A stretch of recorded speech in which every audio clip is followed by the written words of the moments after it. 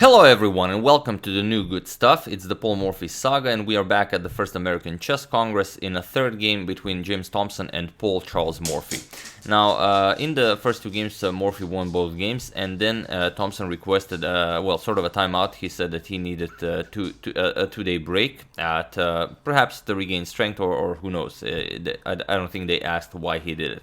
And this is now game three. But Morphy, in those 2 days, he played a lot of chess games, and we don't have any exact knowledge on how he played those games, but we can only assume that he pretty much destroyed everyone. That being said, let's check out game three again Thompson with the white pieces, and since Morphy already won 2 games, he only needs one more win to close the match, as it's 5 games, so it's a best of 3.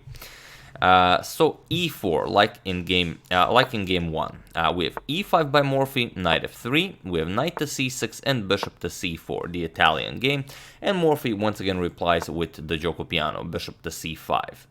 We have c3. Again, a shame not going for the Evans Gambit. It's something you should always do if your opponent gives you this opportunity. We have c3 and now knight to f6. Continuing development, attacking the e4 pawn, d3 defending, and now d6. We have h3, taking away the g4 square from Morphy's pieces, and bishop to e6 now, threatening to pick up the c4 bishop, mess up white's pawn structure, bishop back to b3, and now this position has been reached after this game many times, and a lot of moves were played here, but the move Morphy plays d5 has never again been played after this game, so really exciting stuff. If your opponent allows it, you should always play d5. So we have e captures, bishop captures on d5.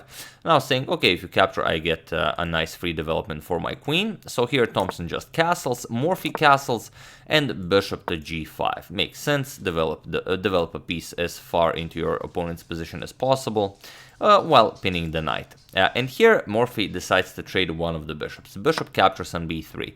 Point being that if queen captures, you can capture the d3 pawn. For example, queen captures now on d3, and now you don't want to go for queen captures on b7 right away. It could be a bit dangerous. Although even if it's not queen d7, maybe you can start kicking away the queen. Either way, you've traded a central pawn for a b pawn, so not something you want to do. So instead, after bishop captures on b3, we have a captures on b3, which isn't bad for white. Of course, he gets a semi-open file for his rook. And now h6, saying, do you want to trade on f6 or do you want to bring the bishop back? Here, bishop to h4 was played, and now Morphy says that it is okay in this position to push g5. So g5 attacking the bishop, bishop to g3, and now Morphy continues with the attack with e4. Here Morphy says that if captures, then he can just capture back, and that this position is, pretty much excellent for him. Because let's say we have a queen trade, captures, and now you do have some issues with your f2 pawn. Bishop captures on g3, knight captures on g3 is the threat because the f pawn is pinned. So let's say captures, rook attacks, bishop back to e5. But now you have this very nice tactic of knight captures on f2. And the tactics really do work in Morphy's favor. Now if rook captures, of course, rook d1 check, king has to move, you pick up the rook, and so on. So this is a good decision by Morphy, this e4 idea, as like we've just shown, tactics work in his favor. So knight to e5, getting the knight out of the way, also defending d3. So now knight captures on e5, bishop captures, and e captures on d3, creating a passed pawn on d3. And Thompson, of course, doesn't want to let this pawn, exist any longer. So bishop captures on f6, queen captures on f6, and now queen captures on d3, grabbing back the pawn. So the material is equal. However, now Morphy gets some insane development. Rook a to d8 comes with an attack on the queen.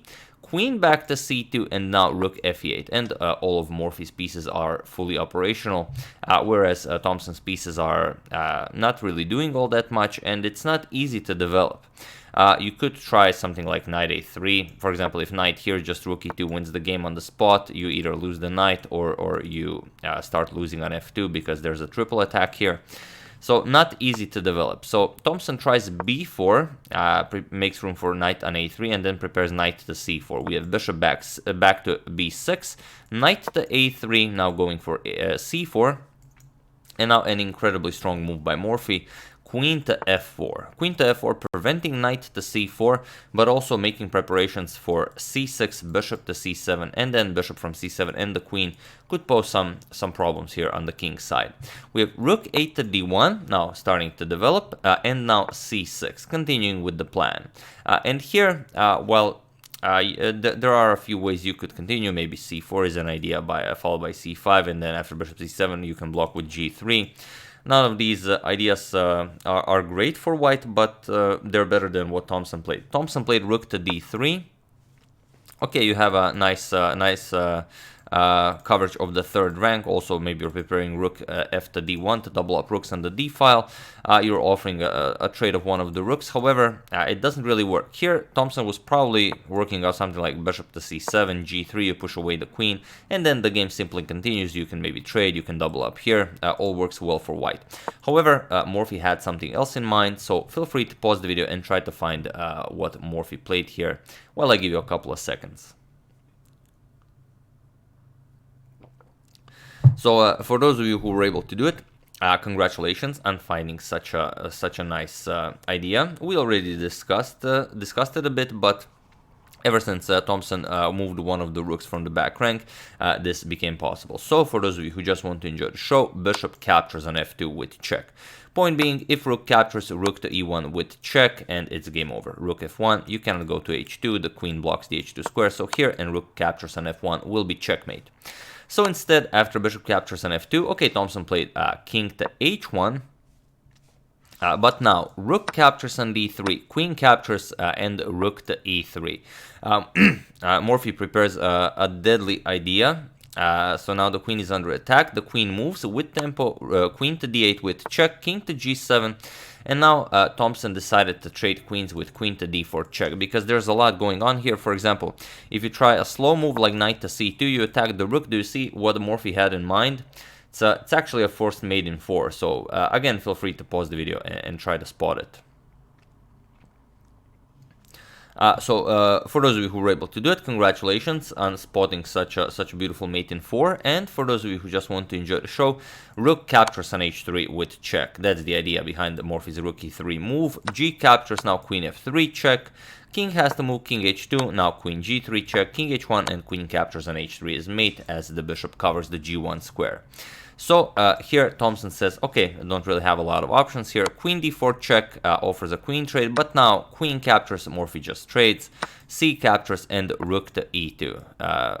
Defending the bishop also now. This is an idea, capturing here is an idea, and Morphy's position is just much better. Here we have knight c4, going for knight f5 and the b7 pawn, but Morphy decides that now it's even time to trade rooks instead of just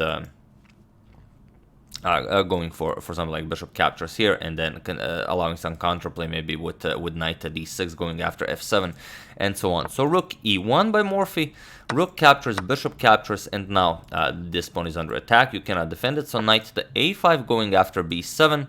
You cannot push, then you lose c6, but bishop captures on b4. We have knight captures on b7, and now Morphy starts bringing the king into the game. Knight d8 goes after c6, but now c5. We have knight to c6, attacks the bishop, so you cannot capture here. But now king e6. We have d captures on c5, bishop captures, and now g4. Keeping an eye on Morphy's kingside pawns. But now comes king to d5. Attacks the knight, knight back to d8, goes after the pawn here, but now f6. And now Morphy's up a pawn, his king is much more active, the knight doesn't really have a lot of good squares here. It's looking bleak at best for good Thompson here. King g2, we have a5 now. Morphy wants to push a4 to control the b3 square. He wants to keep this pawn on a dark square, so it remains a target. King f3, we have a4 now. Next move, Morphy will go after the pawn. King e2, and now bishop to d4. Very important, he wants to create a passed pawn here. King d3, Thompson will try to create some sort of a blockade with the king, but bishop captures on b2. We have knight to b7 now. This is one way to reach the pawn before it queens. Bishop back to e5, bishop back to e5, and now king to c2. We have king to c4, now knight to d8. We have a3 and now knight back to b7. Now going for this check followed by knight to b3, but Morphy calculates properly. We have a2, but now knight to a5 with check. King has to move, but king b4 attacks the knight and the knight to b3. And here, there are a few ways you can end this game. Morphy chooses the most elegant one. He plays king to a3. He puts Thompson in zugzwang, and it was in this position on move 46 that James Thompson resigned the game, as there is nothing more to be done here. You cannot move the king because you lose the knight. If you move the knight, then you allow a1 queen. So you can basically, the only thing you can do is push some pawns here, give up some pawns, and then black will very surely push those pawns and win the game this way. So of course Thompson didn't go for this. After this king to a3 move, he resigned the game, and Morphy wins the match 3-0. Now, Louis Paulson also won his match against Calthrop 3-0, so both of them had a very nice match. And this is what I mentioned during game one. It was on Friday that Paulson created this spectacle. That he said that he will play 4 simultaneous games, blindfold against most of the times when a master holds a simultaneous exhibition, it will be against weak players. So of course, a grandmaster cannot play a blindfold simultaneous game against other grandmasters. But here, Paulson actually invited Morphy to join in to be one of those 4 seats, and Morphy gladly accepted. But Morphy said only if I also play blindfold. So 2 of them agreed, and as they agreed on Friday, they will play on Saturday. So this will be the next game we show before we continue with the first American Chess Congress. So stay tuned. It's gonna be really exciting. Also, after agreeing to that, the 2 of them played one game. It is said that it was a private game. The moves were not made public, and they said that the first ever game between Morphy and Paulson, after 6 hours, ended in a draw. Now, if this is so or not, maybe it was... I have no reason to doubt that that actually happened.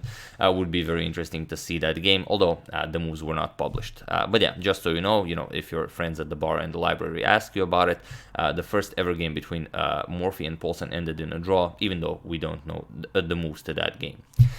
But yeah, that's the game. I do hope you enjoyed it. Next game, the first ever game between Paulson and Morphy in a blindfold setting. I would like to thank Nicholas Rivard Coaching, Nadim Shazad Fida, David M. Stoll, Bernard Omrani, and Michael Bowers for a contribution to my channel. Thank you a lot. I really appreciate it.